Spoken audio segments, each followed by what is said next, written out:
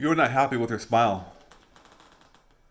You know that you want to fix the stain, the discoloration, the cavities, the disease. You want a nice, beautiful, confident smile. However, for whatever reason, you decide not to do it. And why is that? Is it the money? Is it you think you don't deserve it? Well, I have one question for you. How much is that going to cost you to stay in that kind of mindset? How much is that going to cost you to stay in that mindset of not feeling you're deserving of it, not be able to think you can afford something, to not be able to just to seem lost? Because think about it, the smile. The smile is the number one thing that people see when they first meet somebody. It is.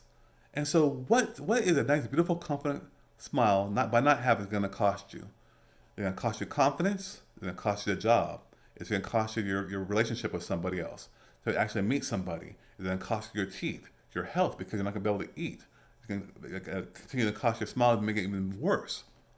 What is that mindset going to cost you to when you're still thinking like you don't want to improve your smile for whatever reason? I don't care. What's it going to cost you? Where you can flip it on its head and say, gosh, you know what? That amount is quite a bit more than I bargained for, but I'm going to do whatever it takes to make sure that I get the smile that I want. Because I want to stay beautiful, I want to have confidence, and I want to have health. I'm going to do what it takes. You just got to flip it on its head. So, one last time, how much is it going to cost you to stay in that mindset? And at what point in time is it going to cost too much where you're finally going to switch and say, you know what? I'm going to make this happen.